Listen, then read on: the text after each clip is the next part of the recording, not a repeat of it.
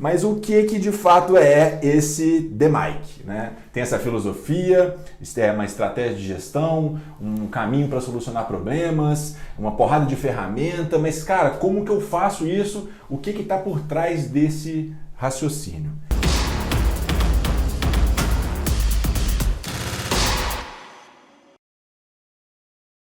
O DMAIC, ele nada mais é do que a tradução de 5 siglas que significam definição, medição, análise, melhoria e controle. Legal, mas você continua sem saber o que significa isso, né? O DMAIC é um passo a passo para que você possa solucionar problemas. Mas como assim, Thiago, passo a passo? Bom, primeiro, o problema é a lacuna entre o resultado esperado e o resultado alcançado, beleza? A meta era 100 milhões, alcançamos 80 milhões, temos um problema. Essa lacuna, 20 milhões, esse é o problema. O problema é, eu queria estar em 100 milhões, mas estou em 80 milhões. Então a gente entende que a gente tem um problema. Do mesmo exemplo do faturamento, poderia ser índice de refúgio, índice de falha, produtividade de mão de obra, produtividade de uma linha de produção, diversos indicadores ou processos apresentam problemas, porque diversos indicadores ou processos ficam fora do resultado esperado. Então, se você for um engenheiro de produção, um administrador ou qualquer engenheiro e for assim, responsável por um processo, tomara que você não precise disso, mas infelizmente o mundo é cruel e muitas vezes a gente precisa, surgem problemas dos mais diversos. É uma planta que para de funcionar, é uma máquina que quebra, é um funcionário que está desmotivado, é um processo que não tem procedimento controlado, é um processo que tem um alto índice de falhas, de reclamação de clientes. Então, problemas surgem a todo tempo e a todo momento. Essa é a grande verdade e a gente gostaria muito que não fosse, né? Pô, um ar de calmaria, todo mundo na sua zona de conforto, tranquilo e tal, mas não. A vida é muito mais complexa do que isso e problemas acontecem a todo instante. Por isso, existe um método para solucionar problema, né? Esse método, qual que é a grande vantagem de ter um método para solucionar problema? A maior parte das vezes, né, e principalmente na nossa cultura brasileira, a gente quer botar para fazer, botar para executar e aí não pensa muito na solução e de repente acha que resolveu o problema, mas o cano continua estourado e a água continua minando e você não resolve problemas da maneira mais estratégica ou mais inteligente. Isso gera o quê? Desperdício, falha, erro e mais problema. Então, o que acontece é o seguinte, criou-se uma maneira, fala assim, cara, Thiago, quando você tiver um problema, você pode usar um passo a passo para nortear o seu raciocínio em relação àquele problema e, de certa forma, ter mais chance de sucesso na solução do problema. Isso começou lá com o ciclo PDCA, planejar, executar, checar e agir. Planejar, executar, checar e agir. Começou com o ciclo do PDCA, que é tão natural que a gente usa para atravessar a rua.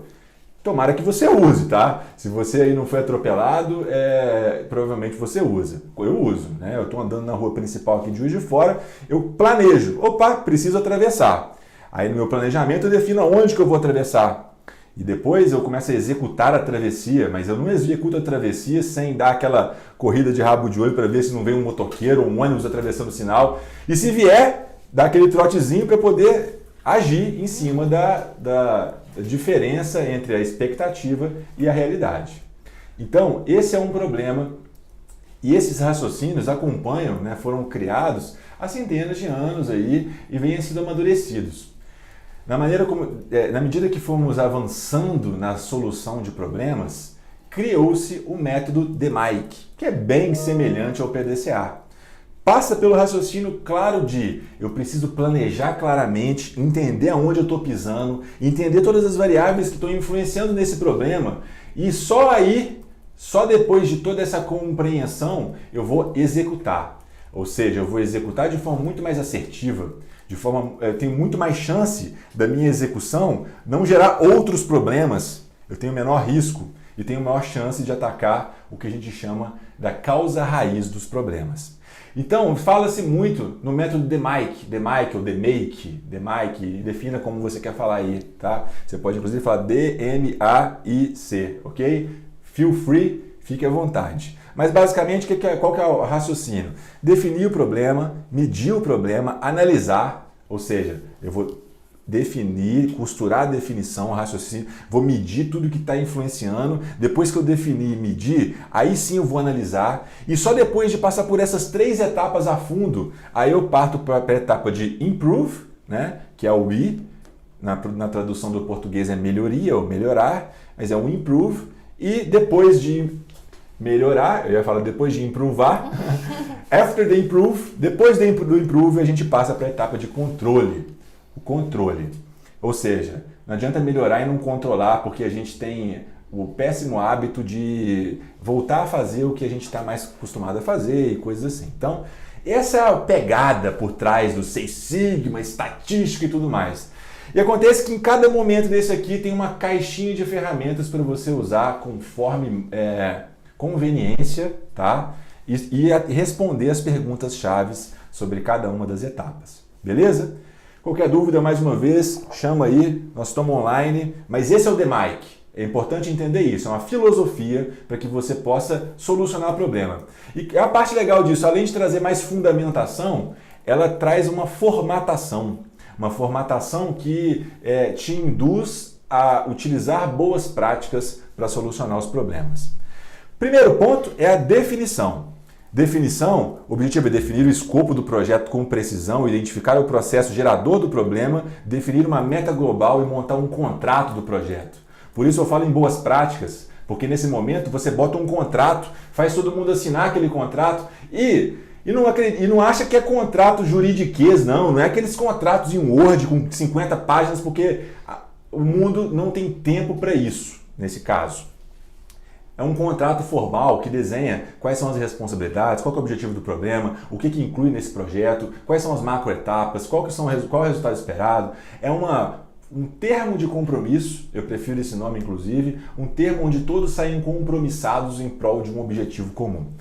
Quais são as perguntas-chave? Qual o problema? Quem são os clientes do processo? Qual a meta? Qual o processo está relacionado ao problema?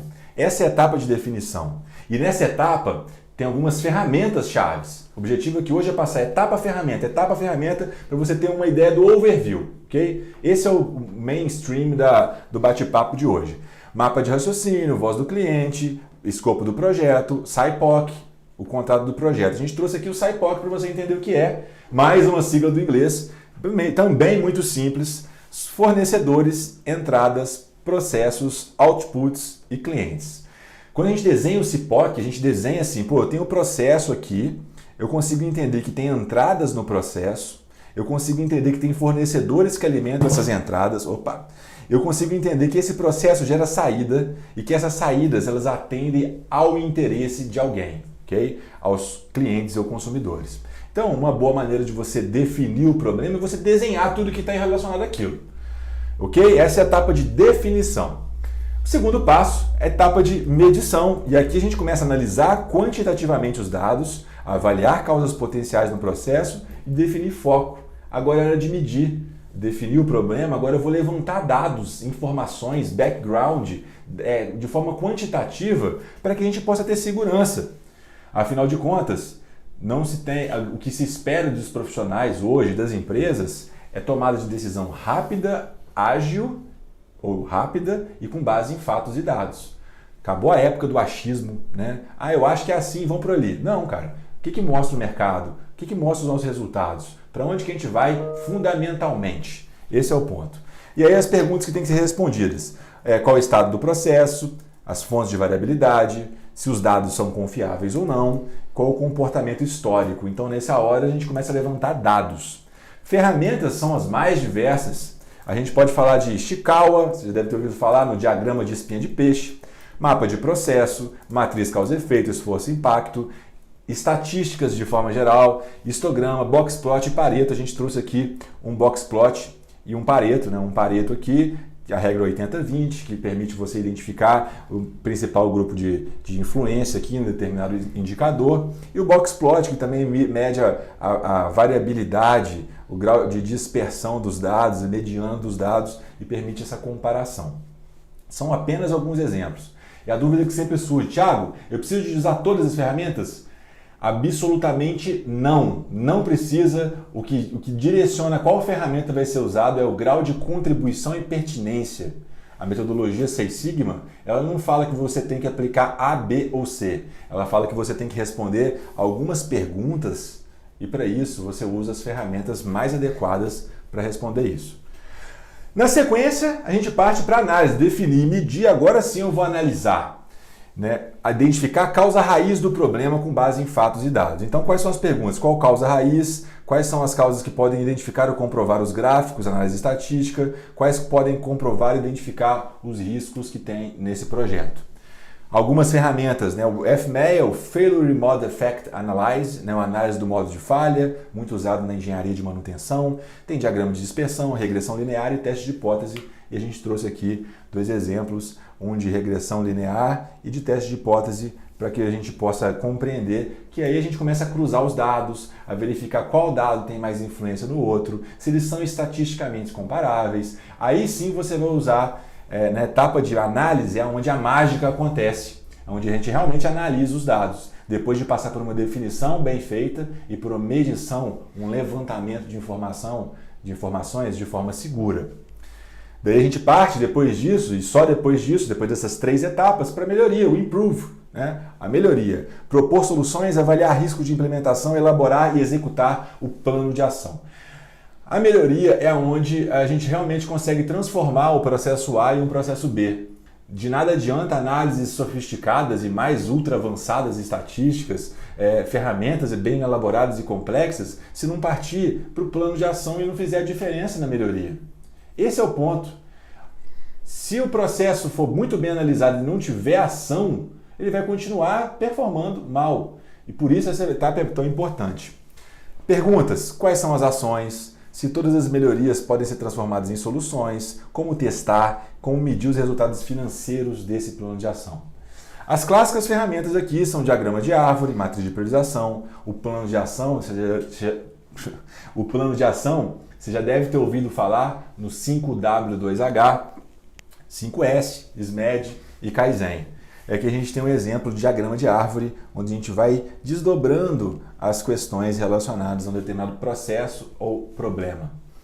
Na sequência disso, a última e não menos importante etapa de controle. Aqui muitas empresas também perdem o jogo, porque desenvolvem análises, propõem soluções, executam ações, mas não estabelecem mecanismos de gestão para controlar, para monitorar. E aí o ser humano acaba voltando e fazendo o que é mais conveniente, o que estava habituado no seu dia a dia. Por isso é importante usar algumas ferramentas para isso. O objetivo do controle é mensurar os resultados, definir mecanismos que garantam a sustentabilidade, a perenidade, a continuidade do resultado alcançado, das melhorias alcançadas. E a gente tem algumas ferramentas: cartas de controle, o controle estatístico de processos, o OCAP, Out of Control Action Plan, o plano de ação para fora do controle, ou seja, deu ruim, o que acontece? Faz isso, faz aquilo, deu ruim de novo, deu bom, pá. E aí você organiza o seu processo, você sabe, você orienta o seu operador, mantenedor, o que tem que ser feito no caso de problemas. Na sequência, o clássico procedimento operacional padrão, POP ou Pokayoke. E aqui um exemplo de carta de controle, inclusive que mostra uma redução no deslocamento de média e redução na variabilidade. É um sinônimo de um projeto Lean Six Sigma, quando a gente desloca a média e torna o processo mais eficiente e mais eficaz.